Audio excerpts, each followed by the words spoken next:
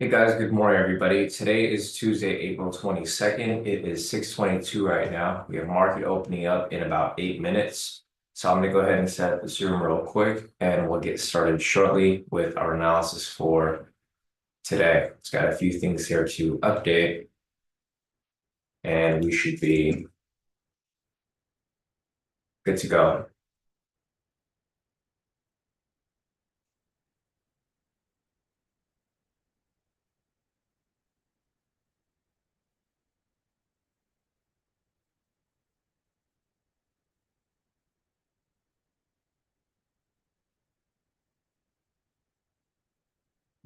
All right, looks good here. Let me get this link sent out to you guys here in the premium.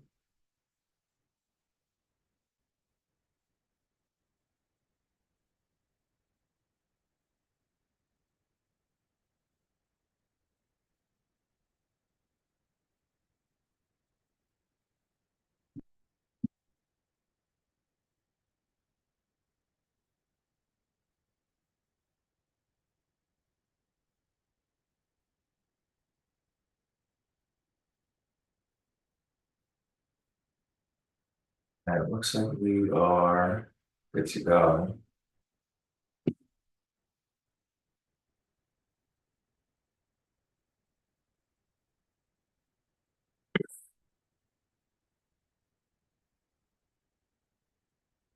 Since people join in, I'm going to go ahead and start marking up liquidity over here.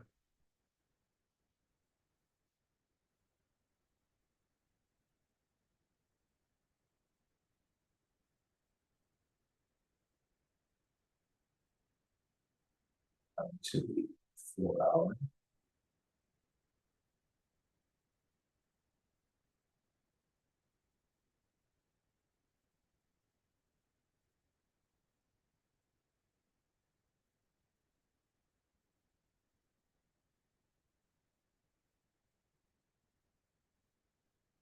Down to the 1 hour.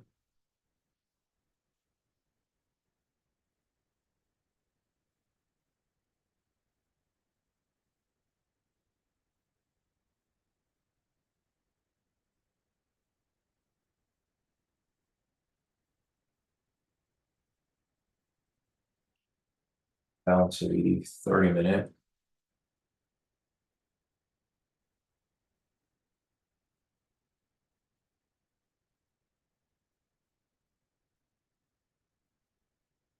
Down to the 15 minute.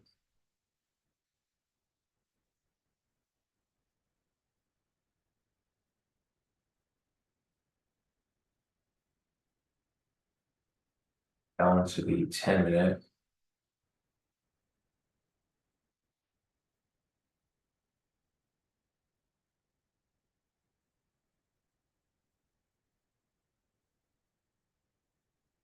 And back down to the 1 minute here.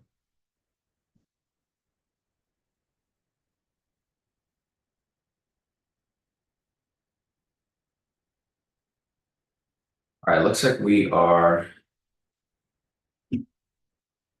good to go.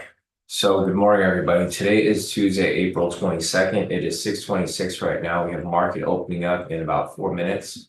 I've marked up liquidity over here. Closest level of liquidity above is at 38,770.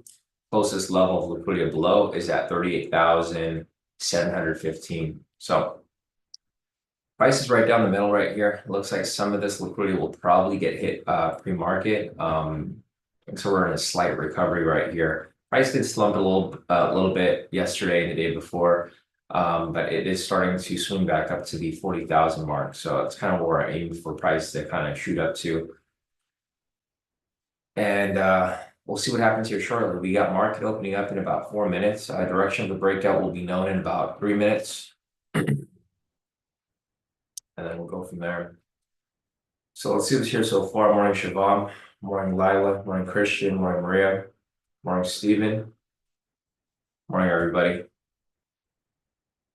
Yeah, afternoon, you guys over there in London, Siobhan. It's always interesting how you guys are like on the opposite time I mean, it's even crazier for the people who are like in Australia. I remember how people in our group, like Lisa, would be trading from like Bali and it's or Australia or Bali and around that area, and it's like 3 a.m. over there. It's crazy how the time zones are so different. All right, so we got market opening up shortly, guys. I marked up liquidity over here. Closest level of liquidity hasn't gotten hit yet.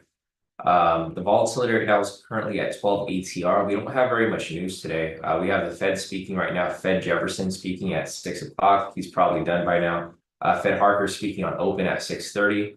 And then we have the other Fed members speaking later today, Kashkari, Kugler. That's about it. So we'll see what happens here shortly. Market's going to open up in about 2 minutes. Looking like the breakout might be for a buy today with this correction for the morning. ATR is currently at 14, so we'll kind of see where that goes. I'm going to switch the ATR to 7 for right now, again, like I typically do. And then once we get closer, like 6:45, I'll switch it back to 14.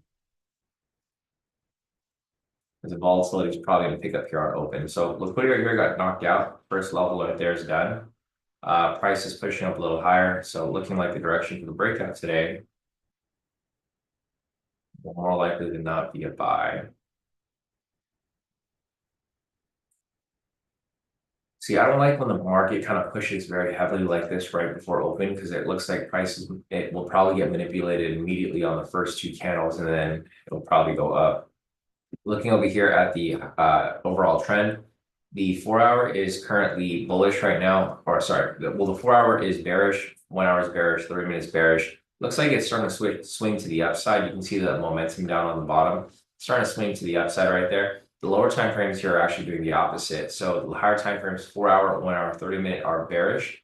Lower time frames are bullish, 10 minute, 5 minute, and 1 minute.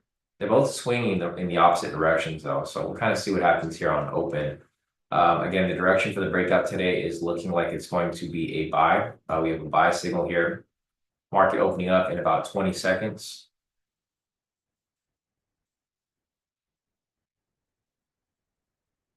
See what we got. No confluences here on the market profile for the 1 minute. No confluences here. There's a confluence on the top end from the 30.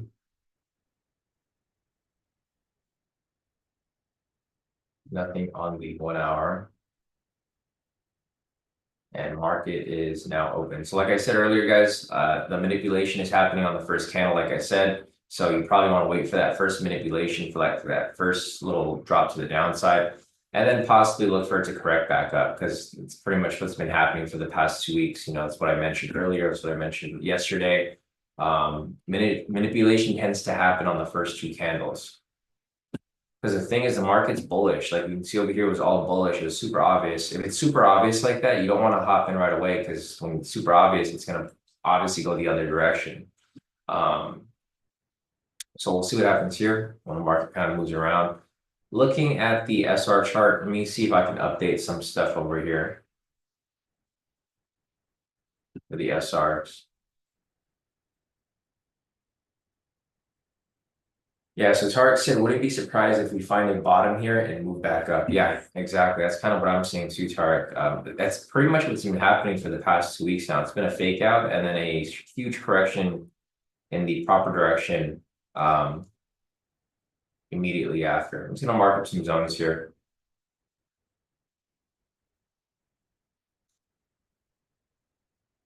There's nothing for us to take at the moment anyways.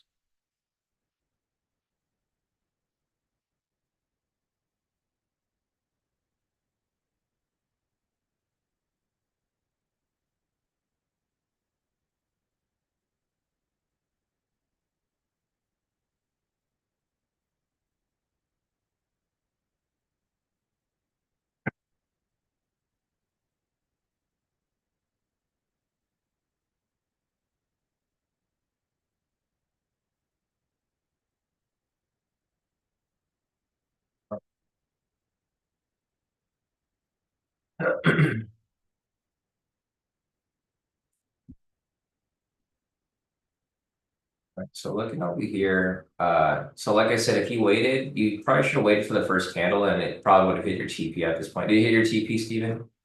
Steven said he waited a little, then entered. Yeah, so as you can see right here, it would have played out. Steven's on his way to his TP. Hopefully it's your TP in a bit, Steven. But yeah, it did exactly what I mentioned earlier, right? So I said, the first candle, first two candles, it's going to manipulate and then it's going to push up after. That's pretty much what happened here. And yeah, that's kind of where price is at now. So let me go ahead and mark opening price.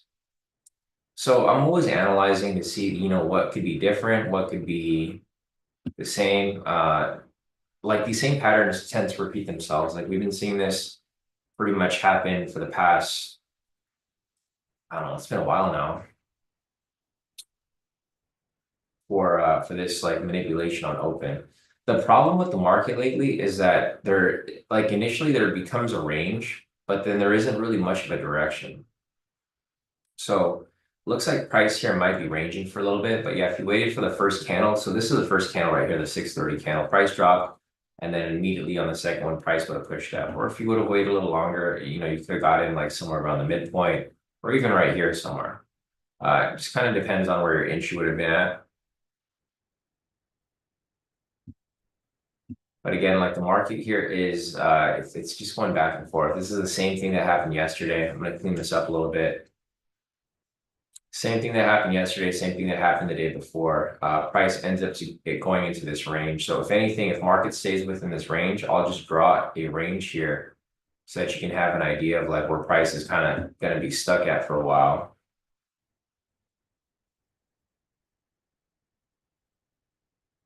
And this tends to be where it goes back and forth for a bit until it actually breaks out of this area, which is fine. I'm not really looking to take anything right now. The ATR is currently at 34, so it's not super crazy at the moment. I mean, it's pretty high, but well, I mean, it's not really that high. It's these candles are so the first candle was pretty big. This was a 100-point candle. It was a 100-point candle, and yeah, we're currently within this range. So hopefully this kind of pushes up. Because I know Steven's in this position right here, pushes up, breaks and retests above this area, and then breaks above the opening price because the opening price is right there. So Steven, if price comes above the opening price, I think you'll be good. That's kind of where we want price to be at.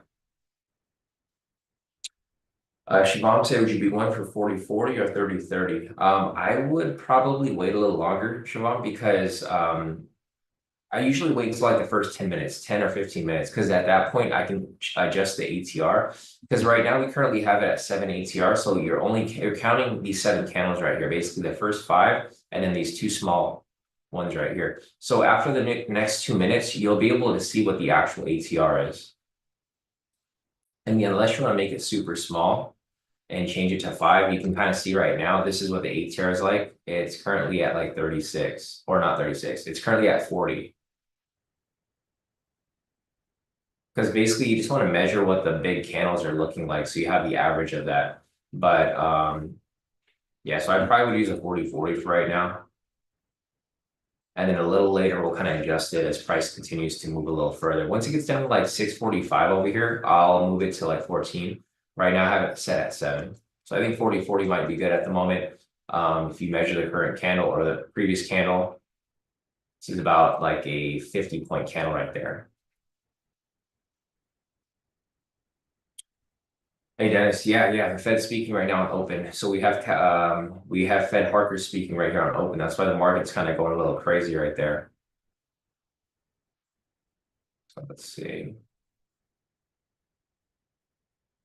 I'm gonna step away for 1 second, guys. I'm gonna grab some water. Be right back.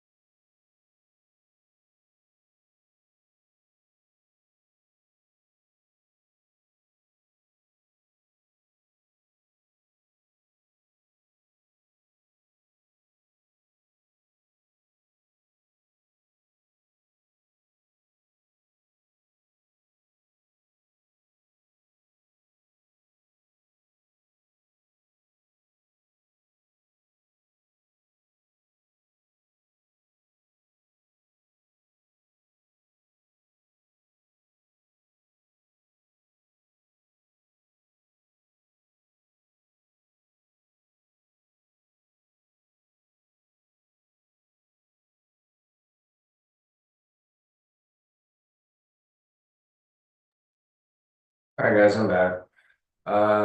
Steven, your TP should have hit by now. So it looks like price didn't make its way above the open. So nice work, Steven, on hitting your TP right there. Perfect. Glad to see. So we got price pushing up right now. The ATR is currently at 40. We have a possible MPS V2 setting up for the upside right here.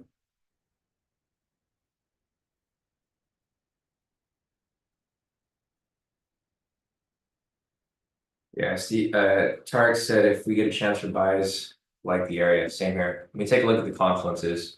So looking over here on the 1 minute, we could get a possible break and retest of this area right here. So that'd be nice if we get that. Possible break and retest right here off the value high. Looking over here, we do have a nice rejection off the value high on the 30-minute. We have a nice rejection right here on the 1 hour market profile. Volume profile, we do have a nice rejection right here off the value high already. Looking up here on the clean chart, we have a rejection that happened a bit ago down here at the 30,750, possibly another retest right here off the whole number if price comes down at all. Support resistance, we do have a nice rejection off the support right here. So we do have confluences across the board. So buy here could be good for MPS V2. Just gotta wait for the setup to come up. ATR is currently at 39 right now. I'll adjust the ATR back to 14 once we get closer to like 645, 644.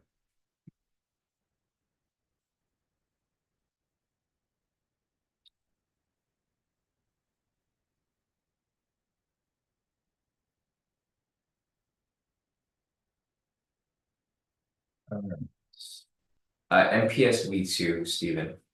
MPS and then a V2 after. So version 2, momentum pullback scalp version 2. All right, so we have possible setting up here. The thing that I don't like about this right now currently is the volatility starting to slow down.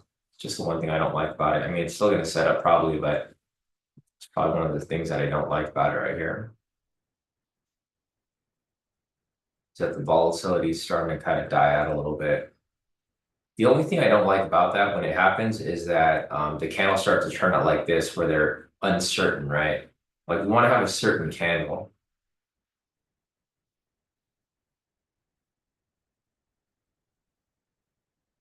So we have a possible MPS V2 setting up right here. This candle has to for sure close green again, like we mentioned.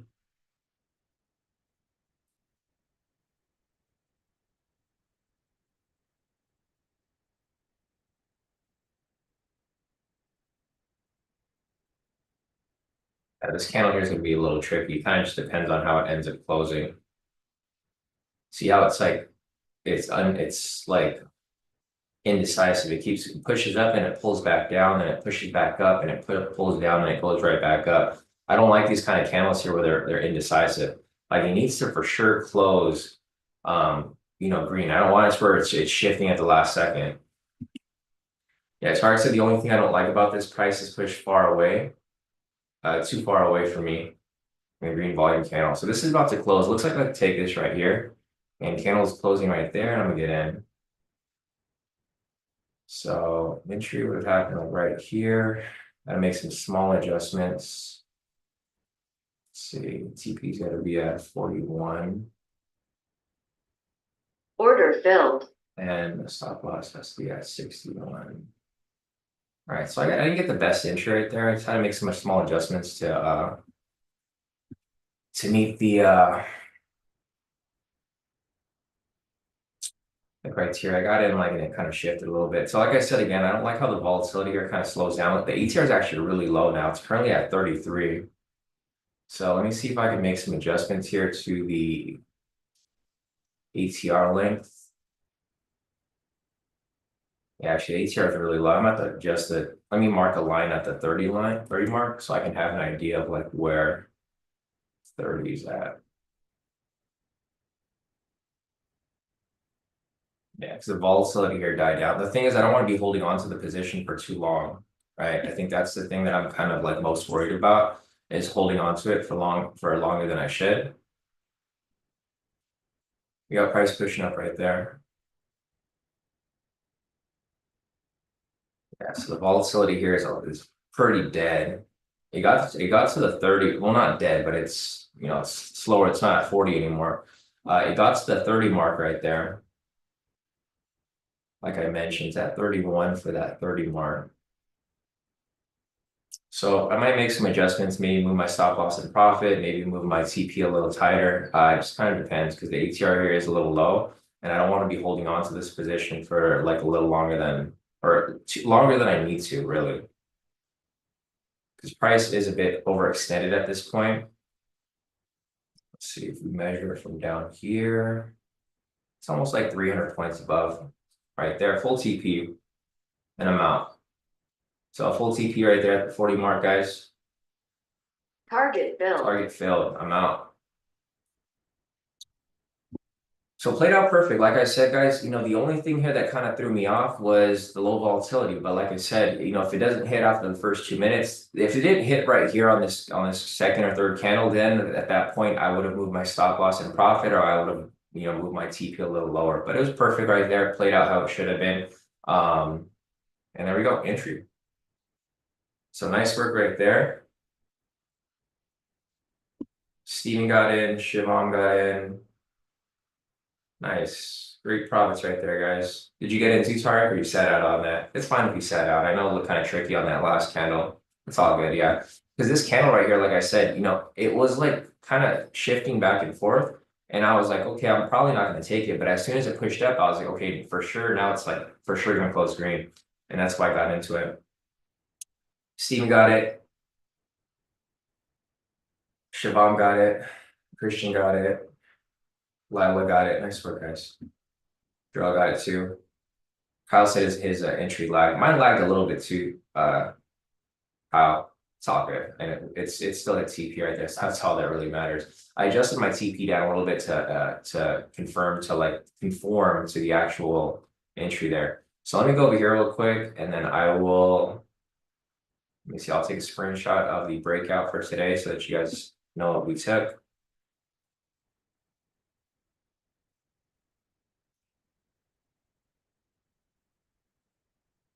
Breakout right there. And then of course the MPSV2. We're still looking for entries, guys. Don't worry, we're not done trading yet. Still pretty early in the session. The ATR is a lot lower though. It's going down to 30, so I might have to shift it a little bit, maybe to 30-30. We're currently, so this is normal. Now that the ATR is back to 30-30, that's kind of where it's supposed to be. Currently having it be at 40-40, but I can maybe adjust it a little bit to 30 a little later. See, it's got a big order that came in right now on the time and sales. So 50 contracts came in at 38,914. It's not a huge order, but decently sized order. All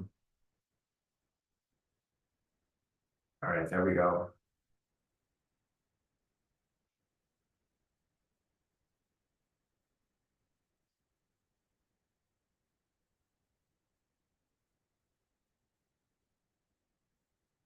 All right, Steven, we'll see you back here on Wednesday. So we have no entries here right now. There is a here, let me see. There's a possible A++ that's setting up right here on this candle. I'm not in it though. Let me just finish taking screenshots of my accounts. So guys, you're gonna see more profits on my accounts for today. The reason for that is because I'm trying to try something. I told a couple of people, I probably just told Kyle about it. So the thing is, I have two addresses now because I moved to we have a house now, and I ended up opening an Apex account for my wife. So you'll see there's a lot more accounts that are listed here. It's another 20 accounts. So basically, because there's a promo going on for Apex right now, and I got her, and I probably shouldn't be saying this on the live, but whatever. I ended up. Because the thing with Apex is you can only have 20 accounts per household, right? So since I got two addresses, I was able to open another account under my wife's name, and you'll see I have like basically double profits because I bought her a bunch of 50K accounts because they're on promo. They're so cheap, guys. It's like it's like $30. So and in total is like $600. So it's a risk, right? It's a good risk to take. It's like a good gamble. So hopefully I can get these 50K accounts passed right away and then get some payouts. And then and I mean whatever, whatever happens from there happens. So this is why you're gonna see a lot more accounts listed because I have like 40 Apex accounts here. One for me and one for my wife.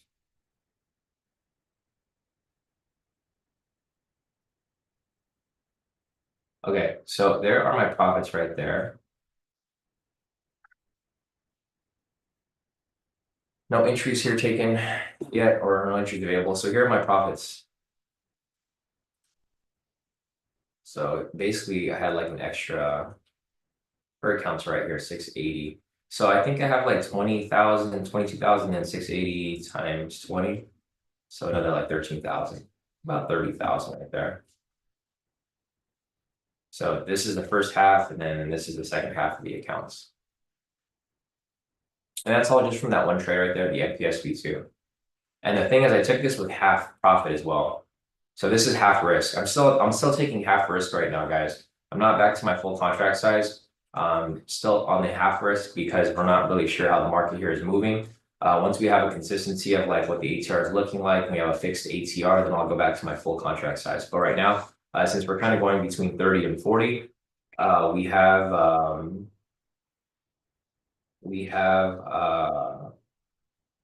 there's some discrepancy there. It's like it's a 10-point difference. So that's why I'm taking half risk at the moment. Here is some profit from Siobhan as well. There's an NPS right here that's possibly setting up.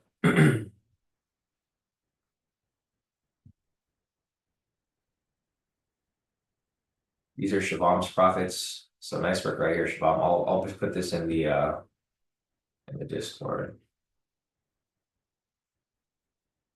Oops.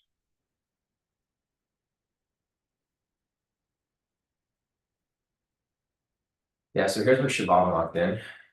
About 300 per account. Nice work right there. So 360 times 20. Locked in 7,200 for the day. All on his PA accounts right there. Nice work, Siobhan. All right, we have an MPS V2 setting up right here at the moment.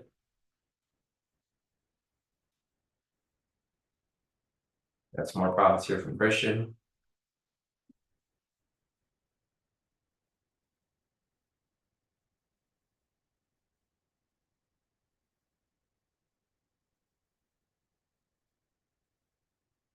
Christian locked in 620, or sorry, 600. Nice work, Christian. All right, we got the MPS V2 setting up right here.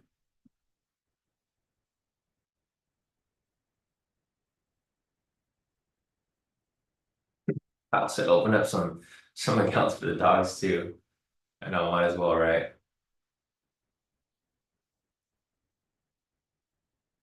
Yeah, I'm probably gonna take this live stream off. I'll just unlist it so you guys can still watch it, but it's gonna be unlisted. So you have an MPS V2 setting up right here, guys, for a sell. Sell signal retracement if this candle closes red, possible MPS V2 for a sell. The ATR is pretty low right now. It's currently at 30, so you might want to use a 30-30 for your actual entry on this one. Let me go and take a look at if there's any confluences here. So there's a confluence right here on the 1-minute market profile. Confluence here on the 30-minute. You know, the thing that I don't like about this is just that the volatility is really low. There's confluences here though. Nothing on the volume profile. The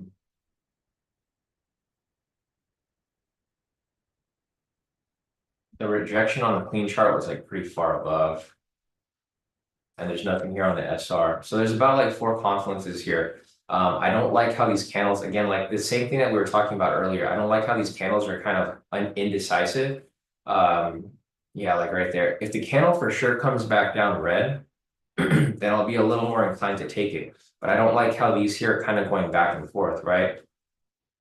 Like, for example, this one over here was okay because it actually closed pretty strong as a green candle. This over here, it's kind of shifting, and it'll come down a little bit, then it comes back up, and then it comes back down, and it's like, it's just a tricky entry, of course.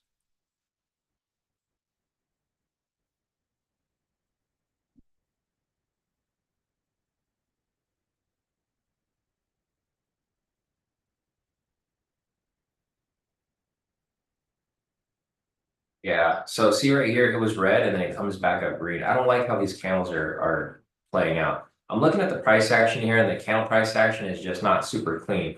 I'm probably gonna sit out of this one right here, guys, because it keeps going back and forth. I don't know if anybody's looking to take this. I'll mark it up for you, but this doesn't look like as clean as this one over here. So there goes the entry for the NPSV2 for a sell. I'm just gonna follow it. It's for a 30-30 right there.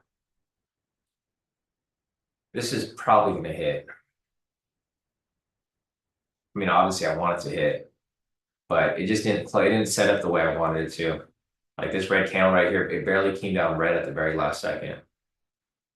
And it's not a really strong one either, like this one over here, like our initial entry.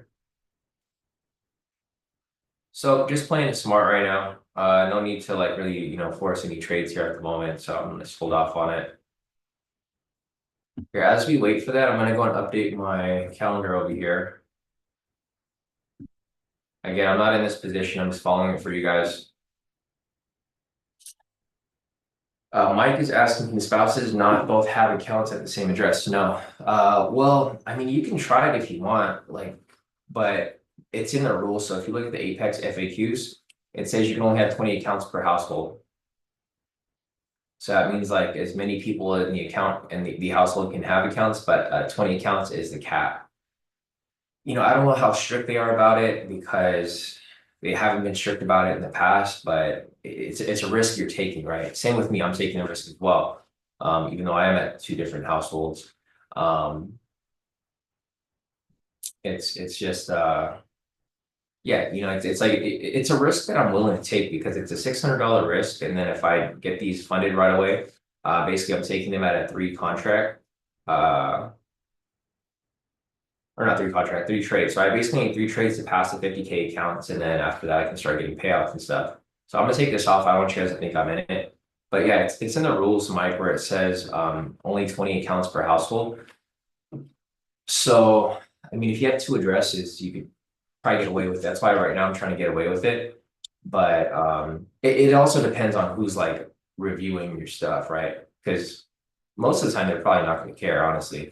Unless you're getting like those crazy payouts, right? If you're getting like $1 million payout, like if you build your account up super heavy and then you request like six figures in payouts, they're gonna review the accounts. Like that's when they start to review.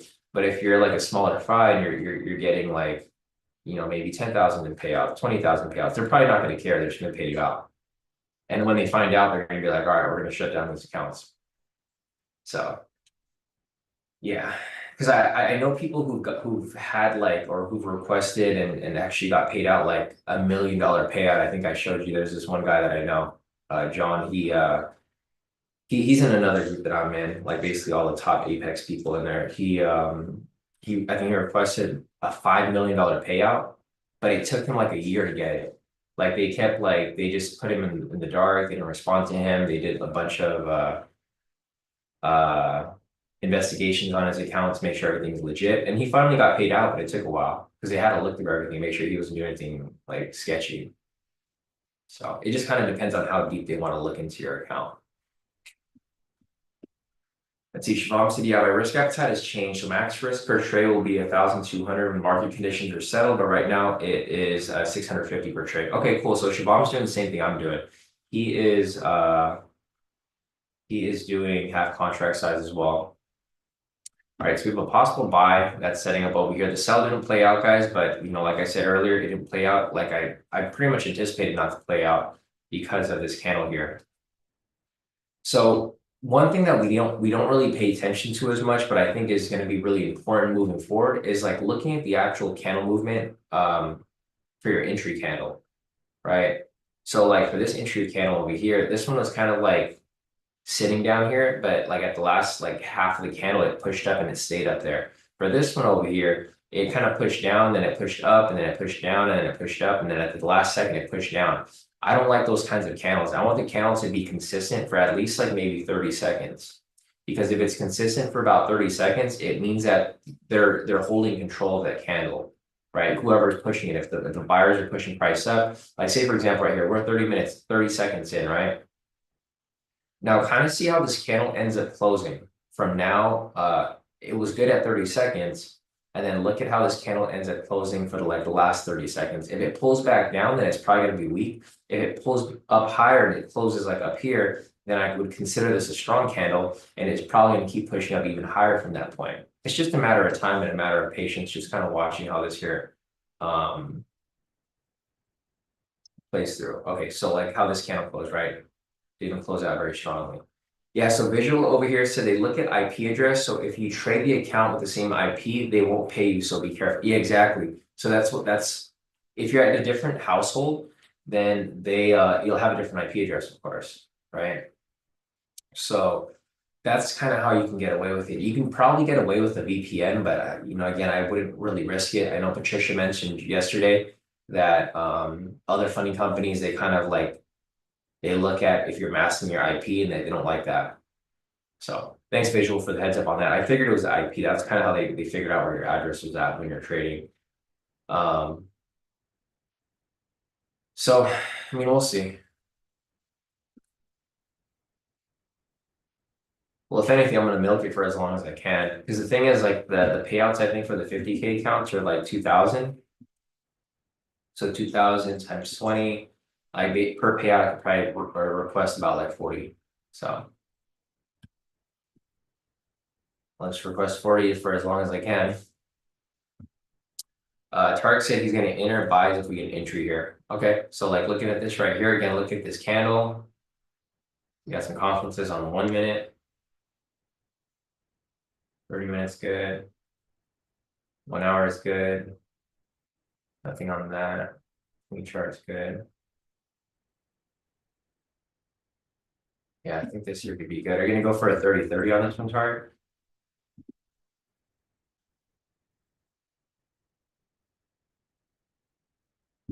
30-30. I might go in with a 40-40, but I'm going to. Man, I don't like how this candle's closing right here. I'm gonna sit out on this one, guys. You guys can take it. I'm gonna watch it with you guys. I hope it plays out though. All right, so let's go. Entries currently running. This is a 30-30. Again, I don't like how so I'm looking at the candle price action. When it pushes down like that at the last second, I don't like how that happens. I like it when it holds up strong. So I'll watch it for you guys here. I'm hoping it plays out for you guys, rooting for you guys right here for it to push up to that 30-30. I think it'll push up. It's just, the candles here are tricky. They're tricky, and I'm going to be focusing on the actual entry candles now. I haven't been paying attention to them because we just look at how they close, but for the most part, the reason why it matters is because the ATR is so low now, right? So we're not really getting that big push up where it's like a blast right through. For this, I might hold on for like maybe 3 or 4 minutes, maybe 5 minutes. Eventually, I do expect it to hit, but I think it's going to be like a slow roll to the upside. Kind of like how this one was, but even maybe slower. All right, I'm gonna watch it with you guys here. There was compliments on it, so it did look good. Wes said, what did I miss? Something changed on Apex. So nothing changed on Apex. It's just I'm kind of doing something that's kind of like in the gray area, Wes. So, and that's probably going to see more accounts on my profit posts for the next little while. Yeah, kind of doubled up my accounts.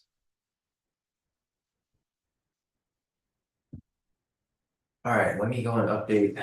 I'll follow this with you guys. I'm hoping it hits for you guys. I'm gonna keep watching it, of course.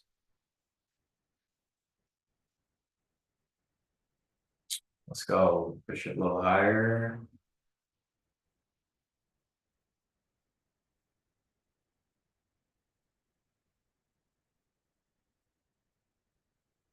See, the volatility is kind of flat right now.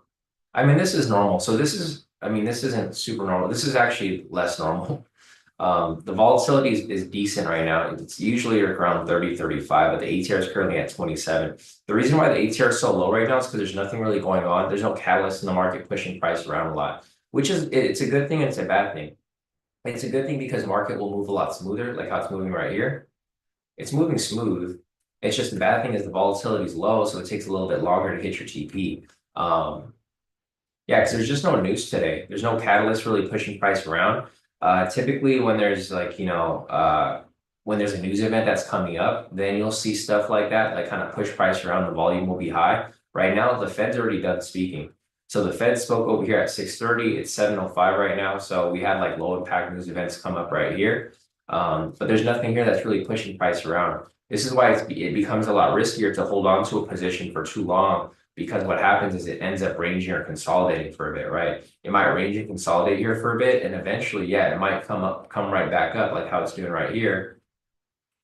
But you end up holding on to this position a lot longer than you would like, right? The position's still running right now. I'm not in this position here, but see how this will kind of give you a little bit of a heart attack because the volatility is so low. So you just get a lot of this back and forth range. Eventually, it's probably gonna hit. Like I said, it's probably gonna hit right here now.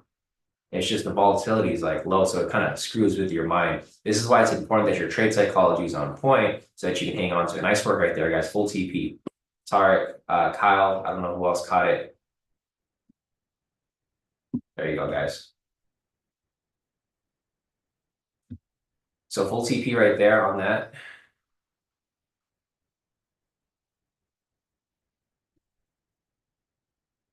Let's see, Kyle got stopped out at, did you get stopped out, Kyle?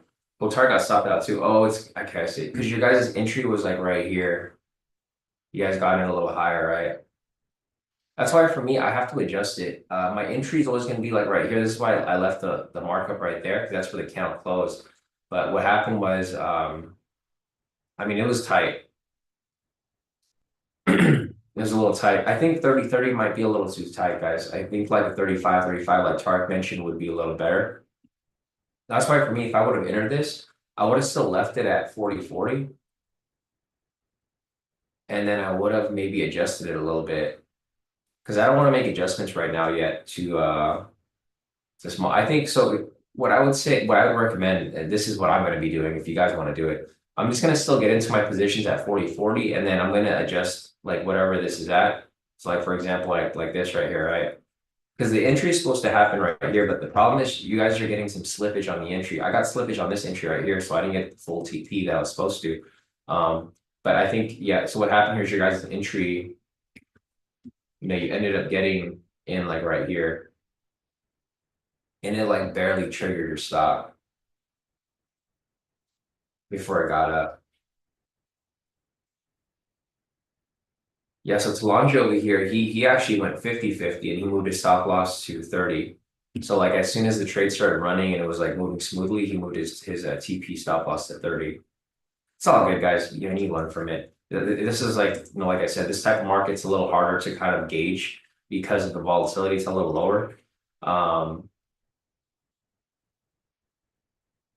Yeah, the ATR right now, it's currently 29 ATR. So like obviously you want to stay around the 30-30, but you kind of want to give yourself some cushion there because stuff like this will happen when price goes back and forth, ranges for a little bit, fakes out, eventually comes right back up.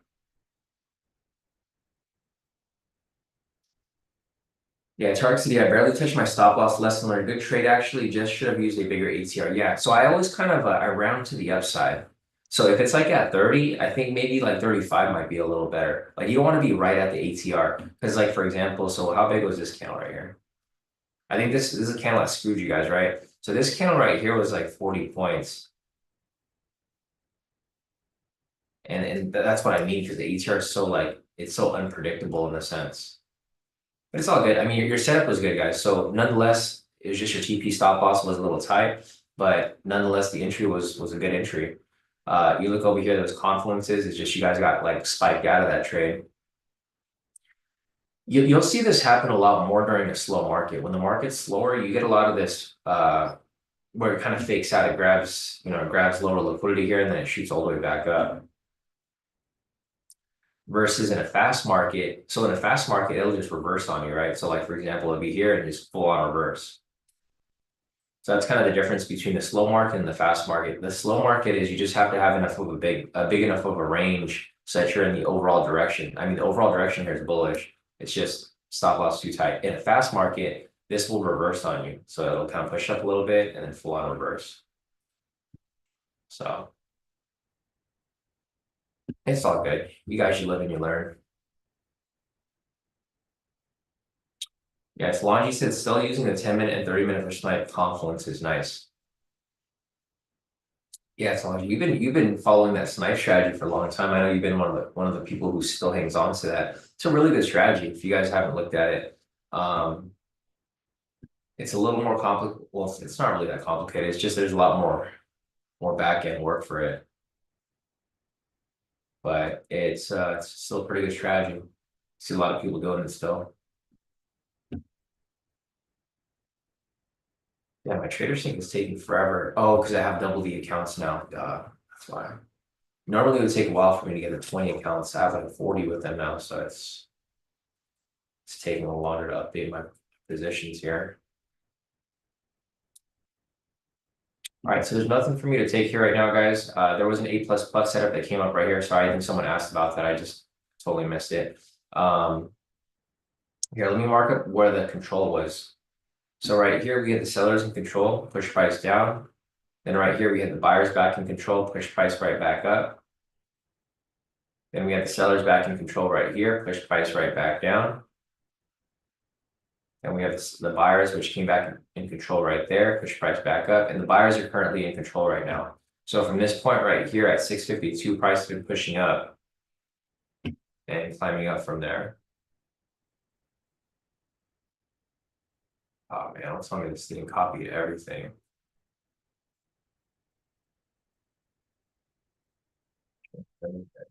There's something wrong. Well, it's not something wrong with it, but I tend to get like okay,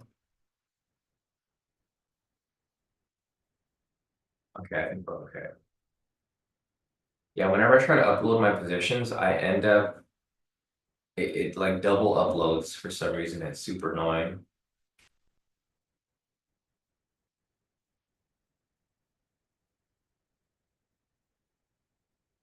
It's good.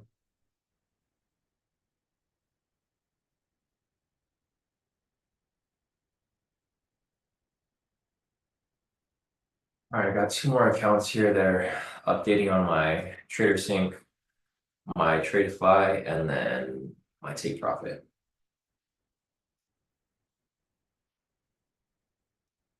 I'll be able to show you guys my stats for the day so far, the day and the week.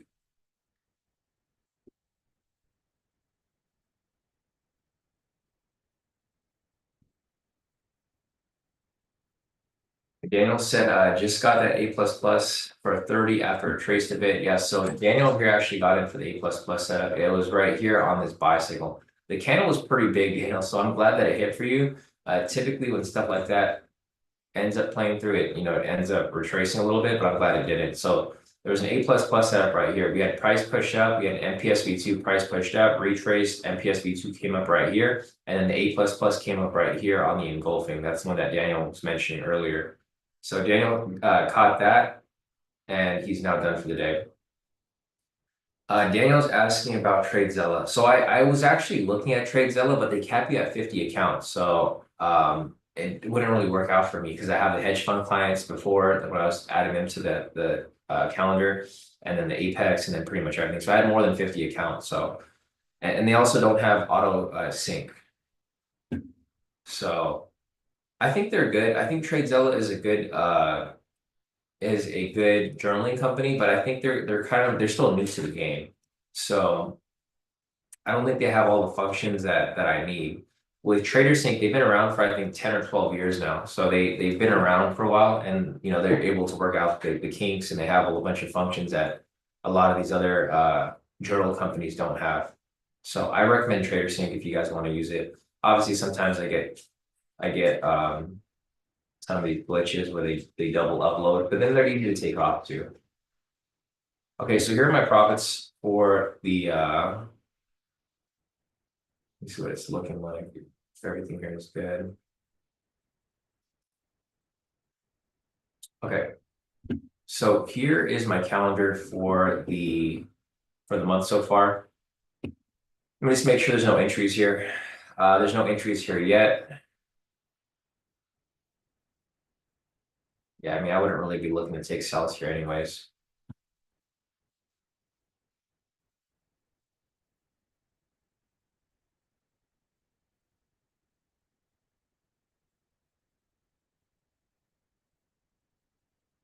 So there's nothing here on the 1 minute. There's a rejection right here on the 30 minute. There's a rejection right here on the 1 hour. Nothing on the volume profile. There's a rejection here on the clean chart. So there's about 3 confluences right there. Nothing on the SR. So there's about 3 confluences right here. Clean chart, 30 minute, and 1 hour for NPSV2. So I mean, this could be a possible NPSV2 entry if anybody's looking to take this year. This year's kind of a tricky entry because it's an invalid signal.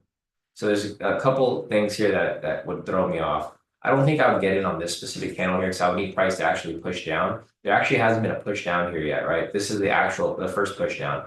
We had a sell signal, price push down. I would consider this the retracement, and then if there's another red candle that follows it, then that would be the entry. But the candle there was a little big. Yeah, Maria over here mentioned it's huge. It's about a 50-point candle right there. So momentum signal, push down, retracement, and then I'm looking for another red candle to come up after it for possible entry. Let's see, Solange's asking, do we need the max trader sync package or is the middle good enough? I think the middle is good enough. Let me see which one I have here. Does it say what I have here? Here, let me check real quick in my settings.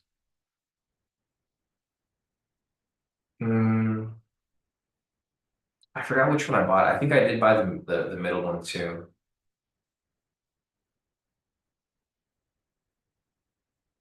Yeah, I don't even know how to check this.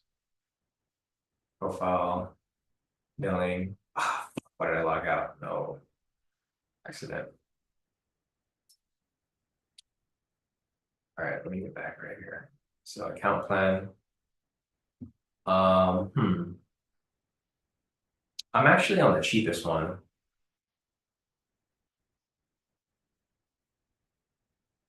Yeah, I'm actually on the cheapest one. Solange. Yeah, so I'm on the pro. I don't think you need these right here. I mean, there's other stuff here, but I don't use any of this stuff. Like I don't use the replay trades. I don't use the AI assistant, none of that stuff. I just use the pro because I just want the calendar. So I have this right here, which has journaling, basic reporting, unlimited accounts. That's a big thing right there. See, TradeZilla only has 50 accounts, unlimited accounts, and unlimited syncs. So I actually have the cheapest one. So you don't really need the crazy plans for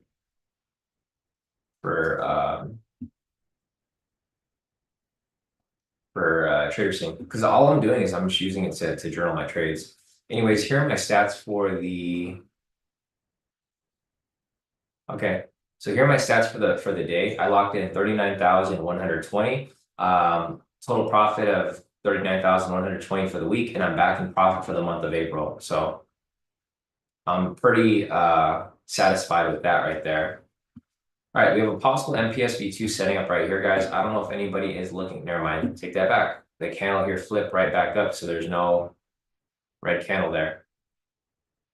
So this was going to set up as an NPSV2, but at the last second, it's flipped up to this green candle.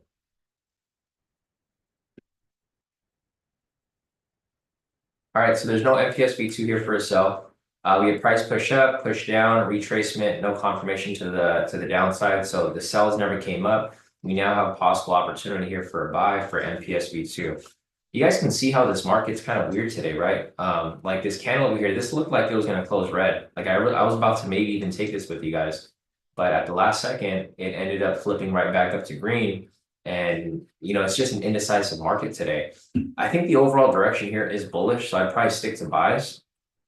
But the candle price action is like it changed at the very last second, maybe at the last 5-10 seconds. Like, for example, here, this candle could be green, and then we have 15 seconds left. I wouldn't be surprised if it comes right back down to red.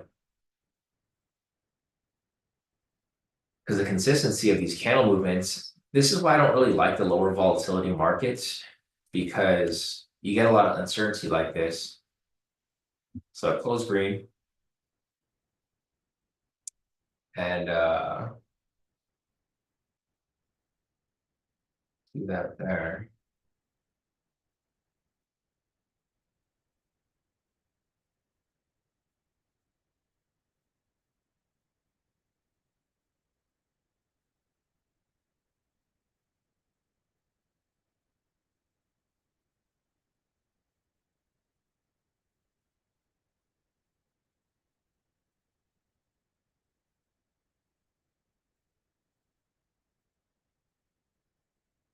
All right, so we got this kind of setting up right there. Anyways, let's go back to this real quick. Let's see. So Shivam says he used Edgewonk. I've heard of Edgewonk too. They're pretty good. So you said the price at 169. Let me see how much I paid for mine. There's promos on this. So if you just Google promos, there's like 50% off. So I ended up paying, let's see, 14.97 times 12. Yeah, I paid about like one something. That I kind of wait because this was like during Christmas or during Black Friday, so I got like double discount on it. So yeah, Edgewonk is about like maybe $10 or $20 cheaper. So if you want to check that out too, there's a lot of different good calendars out there or trading journals. It's just whatever fits you. I like this one because it has the automatic sync. I just log into my Apex and then it puts all my trades in there. I don't have to type anything in. So yeah, these are my profits for the day and the week so far, guys. I'm up 39,120. I'm now currently up in profit for the month of April. I'm up 18,665. So I dug myself out of this hole from 2 weeks ago. You know, I just show this to show you guys that you guys can be, if you guys can stay consistent with your trades, like I haven't had any losses so far for the past 2 weeks.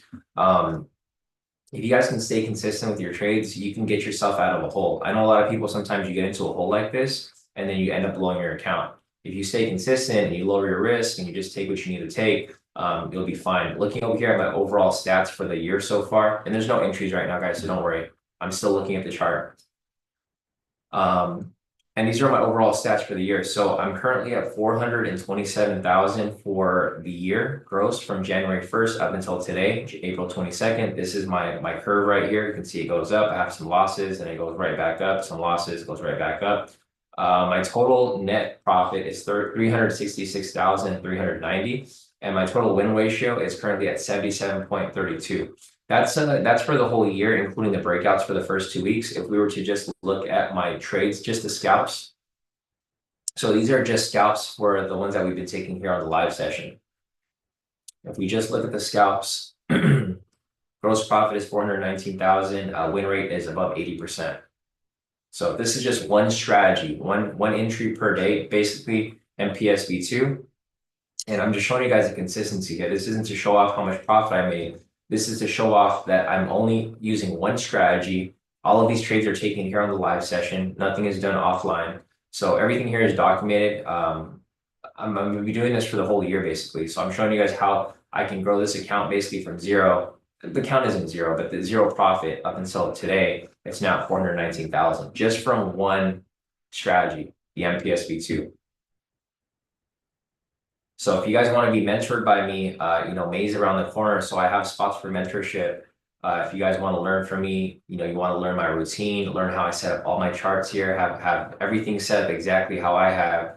And so you guys can have my routine. So if you guys want to learn how to do this and make this kind of profit, I mean, this is multiple accounts, right? But if you were to do even just one of these accounts, like, let's see, let's just do this and we'll divide it by like, so 419, 180 divided by, I have like what, 27 accounts, right? Or 25 accounts.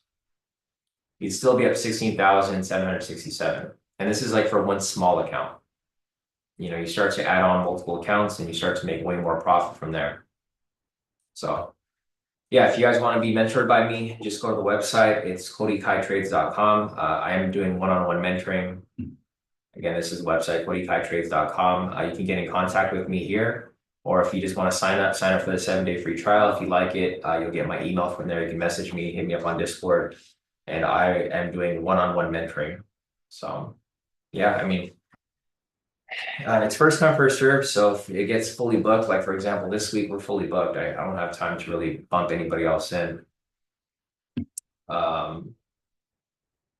But yeah, if it gets fully booked, then I'm not taking any more people in. And then once time opens up, then I'll be able to take more people in, so. Yeah, it's on a rolling basis. Anyways, guys, there's no entries here right now. There's an MPSB2 that came up right here, but the problem is that it was right at the sessions. I don't know if anybody was looking to take this right here, but this is like right at the sessions. I mean, it's not what I would take for sure. Plus the ATR is super low. So there's one right here, buy signal, price pushed up, retracement on this red candle, green candle right here closed, but then it's like literally at the session. So there's a New York session high right there, that green line. And then we have the London session high right here, this red line. You guys know whenever price gets near this area, manipulation tends to happen, right? And I think at this point right here, it's just way too close. I mean, even if you wanted to do a 30-30, it would just be too close, because if it got anywhere near this point, it might just full on reverse on you and come right back down. So I personally wouldn't bother taking this right here. I would kind of just wait for another setup to come around. I'm gonna take this off. It doesn't necessarily have to touch the sessions to be manipulated. It just needs to be somewhere near the sessions. However, if it has to touch the sessions, I for sure wouldn't mess with the trade there.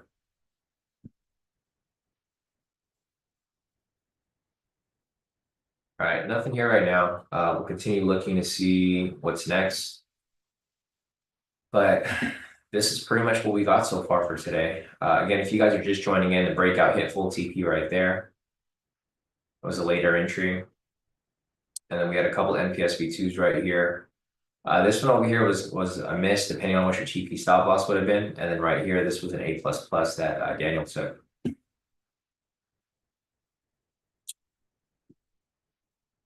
All right, nothing here yet, guys. You know, I'm sticking to my game plan. Like I said, if the criteria doesn't meet up, if it's at a red flag or if it's near a red flag, I'm not going to take it. I'm just staying true to my trading plan. So we talked about this yesterday, guys. You know, the key thing here is really sticking to your trading plan. It doesn't matter if you're following my strategy, your strategy, someone else's strategy, whatever it is. All strategies have an edge, right? So the thing is, you have to execute that edge the same way every single time. Like, for example, there's an MPSV2 that came up right here. This didn't fit my edge because it had to cut into the sessions up here. Also, I'm pretty sure this candle here wasn't like necessarily a strong green candle. It looked like it was maybe going back and forth for a bit. So that's just another factor that I'm factoring into my confluences. So I'm looking at the confluences here, obviously, for some reason to take certain entries. There's no confluences here for a buy. There's no rejection off the value high here on the 1 minute. There's no rejection right here off the value high or anything really for the 30 minute. There's nothing here on the 1 hour. So there's actually no confluences here for any buys at the moment. The volume profile, there's actually no confluence here either. Price broke past it, but there's no break and retest of the structure. Looking over here at the clean chart, there was maybe like one rejection off this clean chart, right? Or this whole number, the 39,000 price point, but that was about it. Nothing here on the support resistance area. Yeah, there's just not very much here to work with. So this buy here, it wouldn't meet my criteria for confluences, and it also didn't meet my criteria for the red flags. So just not a really good setup right there to take. Plus the ATR is very low. It's currently at 24 ATR. So I'm pretty much giving you the the reasons why I would take the trade and the reasons why I wouldn't. Obviously, this one has more reasons why I wouldn't, so it's another reason why I wouldn't have taken that specific trade there. Question from CJ. CJ's asking, hey, Sean, are you trading the micro on YM for the 50K counts, or did you just lower the contract size? I'm trading the mini. I just lowered the contract size. So for the 50K counts, I'm doing 4 contracts. Yeah, 4 contracts on the 50K counts. The risk is a little higher on the 50K accounts because I'm trying to get those passed ASAP. I'm currently up 680 on those accounts. I think we need 3,000, right, to pass.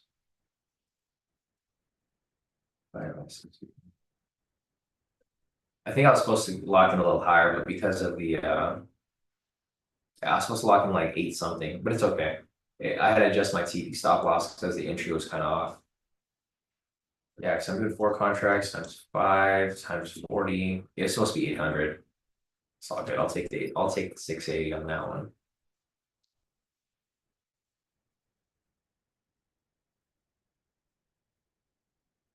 Yeah, hopefully the next one's gonna be a full move so I can try to pass it by the end because so the Apex promo expires on the 30th, I believe. Yeah. So I have basically 1 week to pass the those 50K counts to get the promo.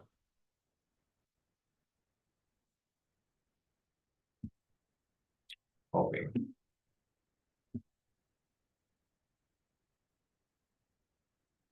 So here's some more profits from Steven. So Steven has the indicators. He applies the strategy on his own. So Steven over here took this entry and he was like slightly in profit, like I think $100 or so. And then he messaged me again like 2 hours later and he's like, oh yes, they did. And then he won 210 on that. He said, man, your indicators are just amazing. So Steven here has the indicators. He's applying his own strategy. He's kind of just going with the trend. And he's trading gold over here. So Steven made about 210 and then he withdrew 300. So, Steven might be getting burnt on these and I'll put this over here. He might be getting burnt on the breakouts, but he's still killing it on gold because he's basically applying the strategy on his own over here on gold. So nice work, Steven. I know Steven always like messes around in the chat. And he's always been like that. If you guys are new to the group, he's kind of been a jokester in the group since since the group started. But he does pretty well outside the live session. He'll kind of complain a little bit about the breakout because I don't blame him. The breakout is tricky. But when he does apply, the same strategies on gold and stuff like that, like later in the day, he does pretty well. So yeah, I'm gonna give him credit where it's due. I'm gonna share his profits here. I know he's still doing well. Not bad. So yeah, so he made a $300 withdrawal yesterday off that trade. That's the thing with Steven too, is like he's really smart with his money. Like he's not gonna leave it in there to blow. He'll put the money in and then he'll make profit and then he'll take the profit out and then he'll leave the extra in there. So he's not just blowing accounts all the time. He's like opening an account, putting some money in, trading for the day, making his profits, and then he withdraws it the same day. And then he'll leave like whatever he has in there. So if he blows that account, he's not all sad. Because he's had that, he's been in that cycle before. All right, so right here, there's an MPSV2 starting to set up for a sell. We have the sell signal here, price push down, retrace. If this candle here closes red, again, like I said, see how these candles here are closing? They're not very good. Like again, right there, see how it was red and then not green? I don't like how these candles here are indecisive like that. Like I want them to for sure be red. So we need to close below this black line over here for it to establish a MPSV2. So still nothing there yet.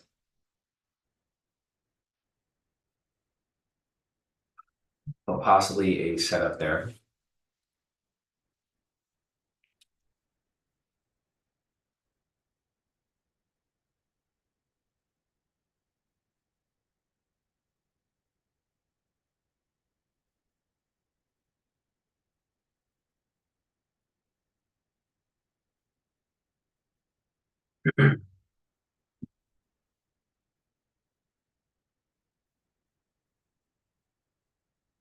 All right, we got price kind of pushing up. Let's see. Glenn is asking Sean, what happened to Maddie? Maddie, he's doing his own thing. He just trades his own strategy now. He's still trading. I think he's still trading. I don't see him trade as often, but he does trade, here and there. I think he has his own group. He trades order flow. So it's just different. It conflicts with like the way that we trade. So I don't blame him for kind of going off and doing his own thing. He kind of found his niche. Like that's what he likes to do. He likes to trade order flow. I don't necessarily I don't trade order flow. I don't think it's like super like necessary. But yeah, I think he's still trading. I mean, I don't know how consistent he's doing with it, but I'm pretty sure he's doing all right.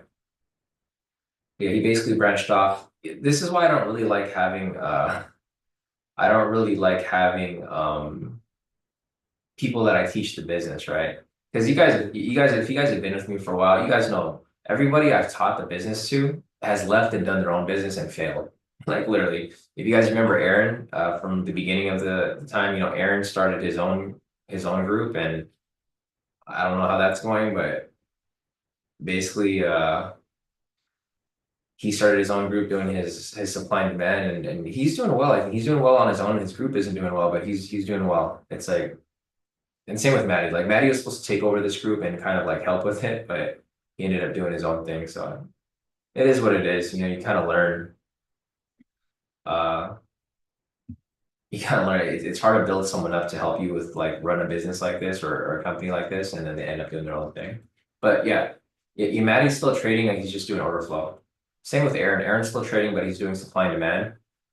And yeah, I don't know how they're both doing. I think they're doing okay with trading, but yeah, I don't really keep tabs on that. Like for me, I stick to what we do, guys. Like for me, we trade momentum, we trade this type of style of trading, and I stick to it. The thing is, when you keep bouncing from strategy to strategy, you're never going to get better at anything. So it's good to just stick to one thing and just improve from there. All right, Tarek. Yeah, Tarek's done for the day. We'll see you back here tomorrow, Tarek. The market was kind of trash anyway, so there's not really many options for you to take here today. Tarek, the volatility is very low. So hopefully tomorrow it'll pick back up. Tomorrow we do have news. So we have S&P Global Services PMI, we have inflation tomorrow.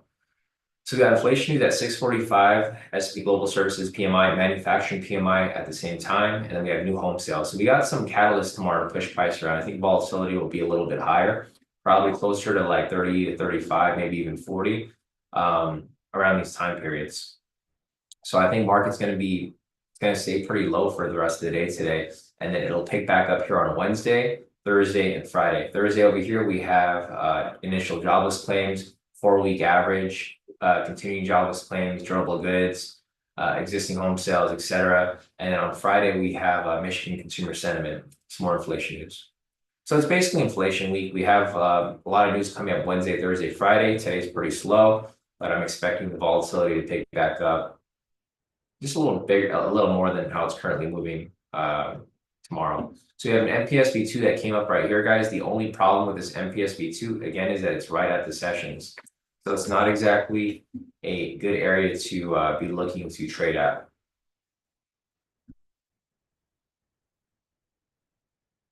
this point. But yeah, like going back to what I was saying earlier, guys, it doesn't really matter what strategy you guys apply, right? If you guys don't have the proper mindset or the proper teaching method, it's going to be hard for anybody to succeed. Because the thing is, I've been in the trading space for I think like 8 years now, right? Everybody that I've kind of like seen people branch off and do their own thing, they've kind of all fell off. It's hard to have a group ran by like someone who doesn't even know what they're doing themselves, right? So, if you guys decide to branch off and do your own thing, that's completely fine. But people tend to always come back at some point. I would say if you guys do find a mentor, which if it isn't me, make sure that that mentor has actually been in the game long enough to understand how to adapt with the market and to because like 2 weeks ago when we had that crazy market volatility. I'm not going to say their name, but there's a lot of people in the group who were in the group before, and they all blew their accounts, and they are like running to my DMs asking what they should do. And they're running groups, so it's crazy when you have someone who's running a group with a bunch of people and they don't know what to do in a market like that. If you're going to get mentored by someone, be mentored by someone who actually knows how to read and adapt with the market. Because the thing is, like, you don't want to follow someone who's leading the blind, right? You don't want the blind leading the blind. You want to have someone that you're following who knows what they're doing, and you can actually ask them questions about how to react and how to adapt to a certain market. Because like 2 weeks ago, the market was going crazy. I told everybody, lower your contract size or just sit out of the market, and everyone survived, right? No one here kind of went crazy and blew all their accounts. It wasn't the case for a lot of other groups. So here we go, guys. We are at full TP right here for this MPSV2. I didn't take this trade right here, but it did hit right there. It was right at the red flags. I mean, this one over here actually played out pretty nice. So looking at this candle right here, see how this candle was a strong green candle? It wasn't like the previous candles over here, which were kind of shifting back and forth. Right? You have the sell signal right here, price kind of came down, retraced up, and then it kind of was like bouncing back and forth. This over here, price pushed up, retraced, and then this candle was a strong green candle that pushed right through. So this is the kind of setup that I would have wanted. The only problem with this setup here is that it was right at the red flags. So not exactly the type of entry that I would want to take. Shivam said, Sean, I think you missed this, but what was the reason you stopped using Top Step as they offer trade? They don't offer trade evade. So they say they offer trade evade, but it's not the same thing. You can only link one account. So like I don't like how they promote that they have Ninja Trader and Trade Evade when they really don't. You have to go in through our trader, which is Rhythmic, and Rhythmic has a lot of issues. So yeah, the thing is you can log in to one Trade Evade account through our trader, which is Rhythmic. And the thing with that is like when I first used Rhythmic, so I gave Top Step 2 tries. I gave them the first try and then they had a disconnect and then my account blew because I couldn't close out of the position. And then the second time they had the same connection issues, but that connection issues were running for like a whole week. Like every week it was like disconnect, disconnect, disconnect. And what happens is when you're disconnected through our trader, you can't do anything on it on Trade Evade. Like, so here's how you log in through Top Step Trade Evade. So you have to like log in from here, or you use your login, and then you log in to our trader, which is Rhythmic, and then you log in to Ninja Trader, right? This is how you log in. Here's the problem. The problem is I logged into our trader, and this is like, if you look at the platform, it's super, super outdated. It's like really, really old. So when you have a connection issue through our trader, your account's trapped in Ninja. You can't do anything on here. So what happened was I was trading and then it was like connection failed or whatever, right? And then when it say connection failed, then my R trader was knocked out. And then I couldn't get into to close out of my position because I was already in on Ninja Trader and it ended up blowing my account. So like you have one connection issue like that and your account's blown. So it's not really worth the risk. If you are to use Top Step, I would use their built-in platform. So I would use their I forget what it's called, Top Step X. That platform is cool, but you can't use it as a copier. Top Step X is basically it's Trade Evade. I mean, it's basically Trading View, but it's just black because they just changed the color and they white labeled it. So that's the main reason why I don't take that. Lila's asking, isn't Maddie a hairstylist? Yeah, so Maddie is a barber. I see him post barbering stuff, but I don't really see him post trading stuff as much. So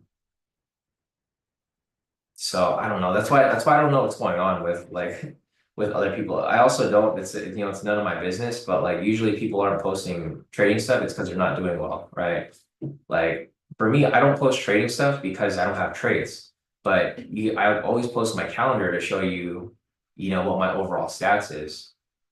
But I've been in the trading space long enough. If someone doesn't post trading stuff for like over a week, like for example, like this week, a lot of people weren't posting any trading stuff, right?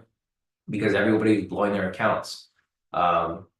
So like if you ever see someone who's trading or like that you're following and they don't post trades for like a couple weeks or a couple months, it's probably because they blew their account, right?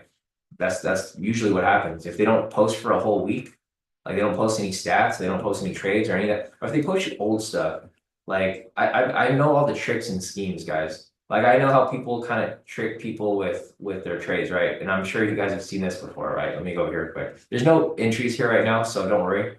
You guys are not missing out on anything. But look, I'll show you what people do sometimes. people will show you that they made this huge trade, right? They'll be like, oh, I made like this 5R trade. But you know what they do in their videos? What they do is they just replay it. They'll do this and they'll say, oh yeah, there's this big candle over here happen, and they saw a trend line right here. And this is crazy because I see this on the social media all the time. They're like, oh yeah, I saw this happen right here. So I saw price break the trend line and they draw something like this, right? They're like, oh yeah. And you'll see this on YouTube all the time. And they'll say, this is what's gonna happen. And what happens is they record it. They don't show you this bottom part because they block this part out. And then they do this to make it look like it's a live trade. Like, oh yeah, I took this crazy 10R trade. And then they sell you their course, right? If someone shows you stuff like that, don't fall for that bullshit, guys. Make sure that they trade live, like how I'm doing here, and they actually show you the trades being taken and they show you the profits being taken right away. Because people, it's crazy. The trading space is full of scammers. But typically, if you see people not post trades or profits for like even like I think a week is a long time. If they don't post anything for like a week, they probably blew their accounts and they probably are just being quiet about it. And this isn't to call anybody out specifically, but you know, I've been in the space for so long and I know a lot of people in the trading space. I know everyone's kind of game. That's why for me, I'm trying to be very transparent with you guys and I'm showing you guys my calendar. Right. So you guys can follow me from January up until today. Like my calendar shows you all of my trades, all of my losses, all of my wins. You know, this month's it's kind of whatever. So this like April isn't a great month. March was an amazing month. We had a pretty nice win streak. February was like okay. January was okay. And this just goes to show that if you stay consistent, like you guys can bring yourself out of the hole. Like for example, I ate some pretty bad losses here on this day, but then we've had nothing but wins since then. And I've climbed myself out of this hole, thankfully. So there's no entries here right now, guys. We'll keep looking for anything else here that that ends up coming around, but I don't think there's really going to be too much here that will play out. So like we have a buy signal here. Let me show you guys the direction of price. So we got the sellers in control right here, and we got the buyers in control right here. And we got the sellers in control from right here. And we got the buyers back right here. And here we go as price pushes up.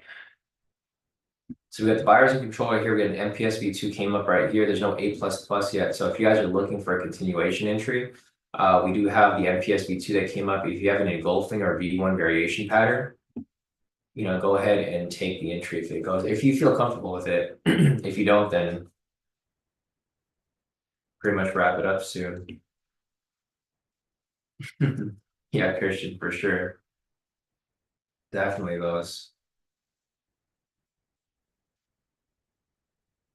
Yeah, CJ said that MPSV2 blasted through the double sessions. I'm impressed, didn't take it, but definitely impressed. Yeah, same here. Because this thing went straight through it. If the sessions weren't there, I would have taken the entry, but this here is pretty intense push to the upside. But yeah, guys, you know, like if you guys ever wanna like know if someone is legit at trading, just have them trade live for you. Not just for one day, but have them trade live for you for like a couple, like maybe a week or a couple of weeks. Because the thing is like the thing with trading is that here, and I'll put it right here. So trading consistency. So like one day, easy, right? 1 week, easy. We'll say 1 month,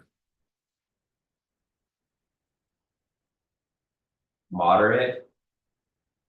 I'll say 3 months is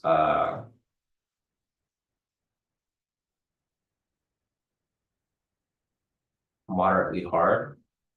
And I'll say 6 months is like super difficult. hard.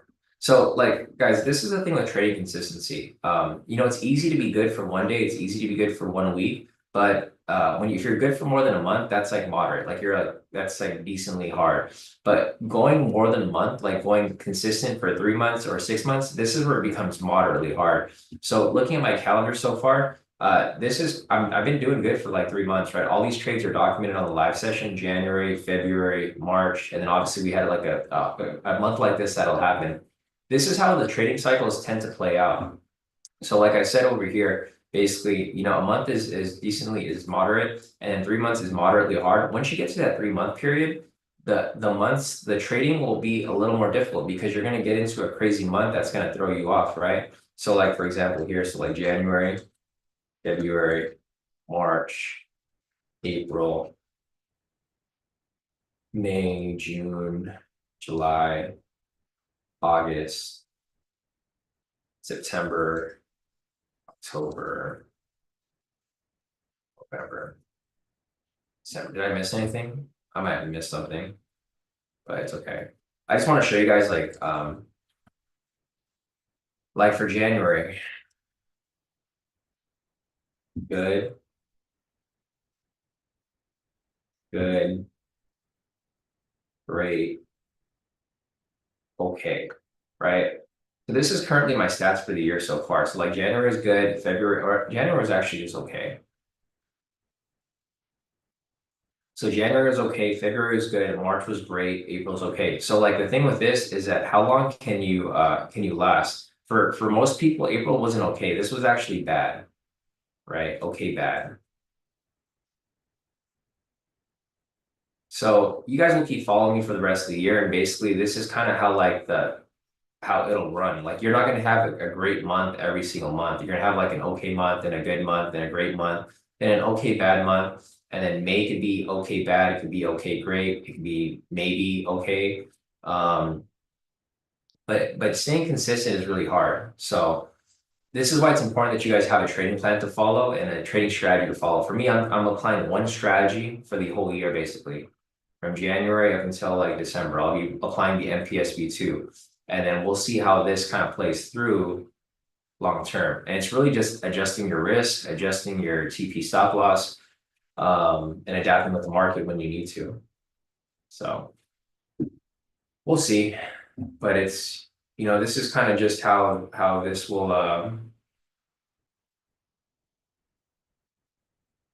is kind of how like this will end up being. So I'm hoping the next and they kind of run in cycles. So like January was okay, February was good, March was great, April's okay. I think May hopefully will be good, if not great. And then it'll probably be a little slower between June, July, August because it's the summer months. We also got to think about the tariff. So 90 days from now, that's gonna be about 3 months. So like 1, 2, 3. In July, the tariffs are gonna go back into play if there's no agreements made. So we might get a crazy month again for July. Something to keep in mind. All right, there's no entries here right now. Price is currently sitting at the sessions, guys. If there's any questions that you guys have, feel free to hop into the chat. It's currently 7:53 right now, so you got about 7 minutes till 8. There's not going to be a sell entry here because we're right at the sessions. If it does show up as a sell entry, I'll mark it up for you guys, but I'm not going to be taking it because it's right at the sessions here. Let's see, Shivam said, one of the reasons I like posting my profits, it keeps me in check and accountable. If I lose a PA, I'd be mentally checked out as it's taken a lot to get here. Yeah, I agree with you too, Shivam, 100%. That's why I say it's always important to post your profits because it keeps you in line with like what like of how you're doing. I think it'd be even better if you guys shared your calendar if you guys did have it.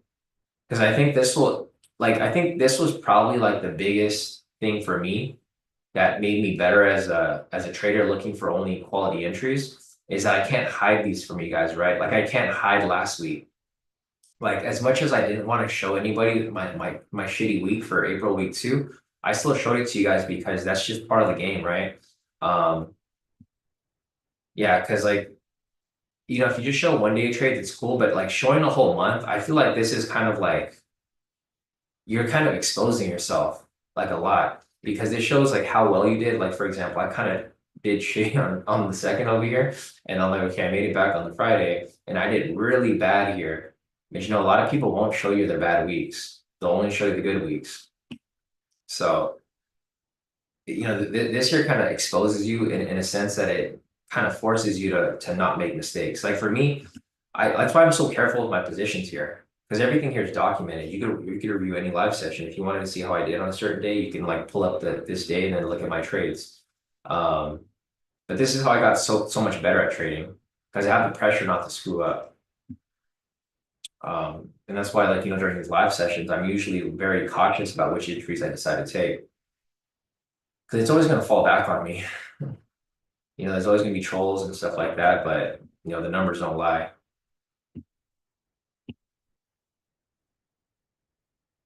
Let's see, Vapid said I'm good on the sessions. That's like 1 out of 4 for sessions trades most recently.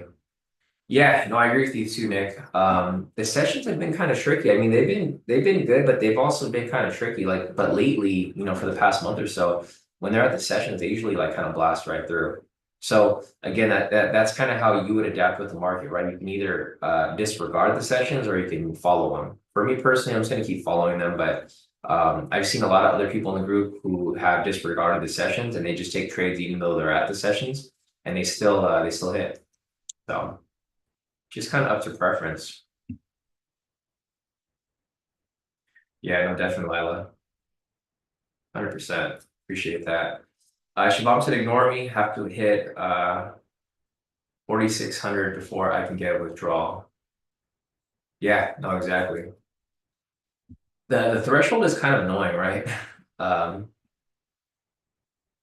with your stuff right there. Sorry, I think you had that question about Tradeify. Yeah, and I think that's what you were referring to. The threshold is this is why the 50K counts are like the easiest ones to pass and get payouts on, guys, on Apex. If you guys want to just get payouts on Apex and you just want to get to that point where you're starting to get consistent payouts quickly, I would just go with the 50K counts. Those are probably going to be the easiest to pass. At some point in the future, yeah, you can do the 300K counts, but I think the 50K counts will yield you a consistent profit. And it's a lot easier. So like, for example, if you were to start a 50K count, you can probably pass it within a week because it only takes about 3 or 4 trades to pass. And then after that, you can maybe run alongside with 300K accounts to pass. The 300K account is going to take you like about a month to pass, guys, being realistic, unless you YOLO them on like news trades. So yeah. The next step is a 150K account. The 150K account you can probably pass within like maybe 2 weeks. So 50K account is going to be the easiest and you'll get payouts with those pretty quickly. The 150K accounts are going to be a little longer, but you're still going to be pretty you can pass it within a month's time. The 300K is going to take you at least maybe multiple months to pass. So that's just something to keep in mind if you guys do decide to take that route.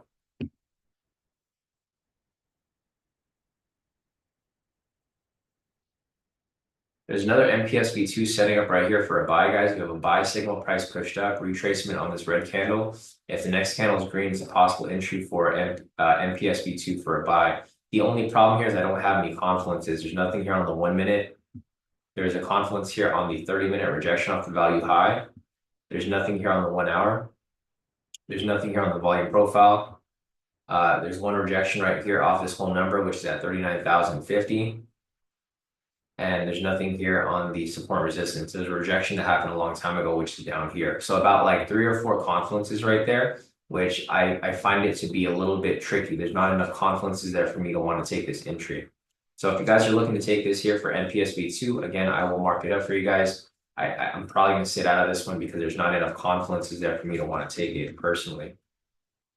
So I'll watch how this candle here closes. Again, you want to make sure the candle closes properly and not like back down here. So you want to make sure that it closes as a decent green candle. Yeah, Siobhan said learning curve for me. Changed my risk. Win rate is not the best, but you live and you learn. Yeah, 100%. Christian said MPSV2 loading, not going to take it. Yeah, I'm gonna hold off on this, guys. It's already 8 o'clock. The volatility is really low. I mean, the ATR is currently at 23 right now, guys. So it's pretty low.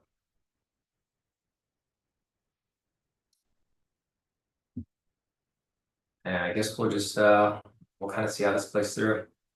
Obviously, I would like it to hit, but you know, like I said, the volatility here is just way too low. But we're actually kind of very similar to regular market now. So this is back to how the market typically moves, very slowly. Well, not very slowly, but like slow enough. Usually, as you get closer to like the last 30 minutes between 7:30 and 8, the volatility starts to die down, and these entries tend to kind of range for a bit.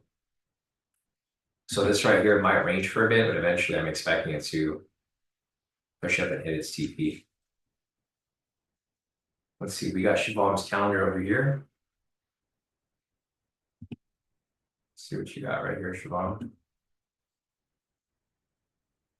Nice. Yeah, so I like Edgewonk. The thing with Edgewonk is that you know, the thing is a lot of these calendars they look exactly the same, but Edgewonk here is pretty good.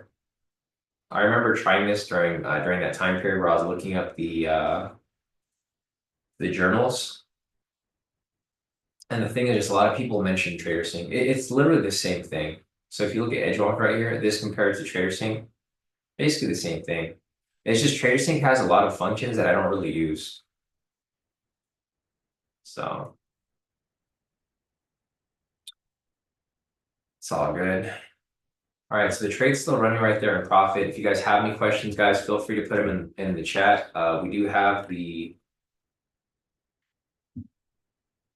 basically I'm done trading for the day. I'm going to take a screenshot of my total counts real quick.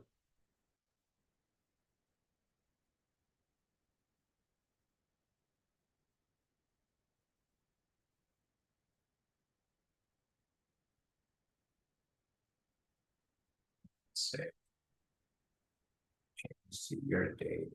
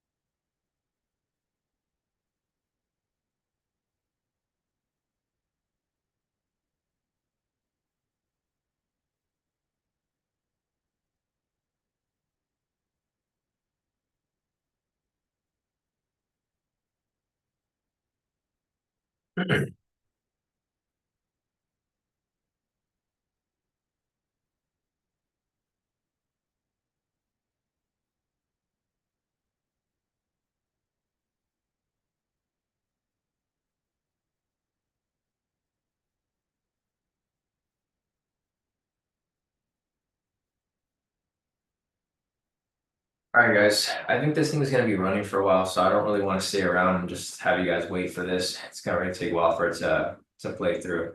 But all right, guys, if there's any questions that you guys have, you know, feel free to hit me up on Discord. I'm done trading for the day. It's 8:03 right now, so it's past my trading time. Looking at the stats for today, so basically I took one entry for the day. I took this one right here. You guys can see the markups right there. I took this entry right here. We took it for a buy for MPSV2. We hit our full TP. This is the only trade I took. The breakout also hit for today. It was a late entry, but it did hit right there. There's another MPSV2 that came up right here. Didn't take it because didn't meet my criteria. And then there was an A++ that came up right here that Daniel took. So I think that's about it, guys. If there's any other questions that you guys have, feel free to hit me up. Otherwise, I'll be back here again tomorrow. If you guys are interested in one-on-one mentorship, if you want to know exactly how I trade every day, learn my routine, understand how I set up my charts, literally do exactly what I'm doing here on these live sessions, you know, feel free to reach out. It's getting close to May, so we're opening up a couple more slots for the one-on-one mentoring. If not, you know, feel free to sit on these live sessions as we continue on. If you guys want access to the indicators, the strategies, etc., just go to the website. It's kodikaitrades.com. Again, that's kodikaitrades.com. Join our Discord if you're not already in there. And I'll catch you guys on the next live session. So Let's see, CJ's asking, is there a mentoring session this week? Yeah, so I've got two coming up on Thursday. So I've got two on Thursday, one with Jarrell at 2 p.m., then one with Mike at 4 p.m. There might be one with Steven on Friday, I believe.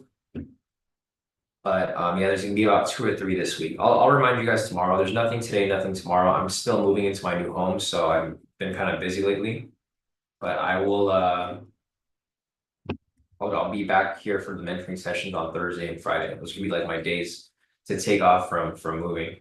But all right, guys, I think that's it. Nice work, Siobhan. Nice work, Christian. Nice work, everyone. If there's any questions that you guys have, feel free to hit me up. Otherwise, here are my profits for the day. I locked in 39,120. I'm currently up 18,665 for the month. And for the year so far, I'm currently up 427,000. So pretty nice recovery right here. You guys can see my drop down and then recovery back up. And that's the goal here, right? If you ever have a losing day or losing week, your goal is to make it right back up and net some profit from there. So we'll keep pushing through. We got another week left of April, and hopefully we'll have another great week for this week, and then another great week next week as we continue on with this trading week. So, all right, guys, have a great rest of your day. And if you guys have any questions, hit me up on Discord.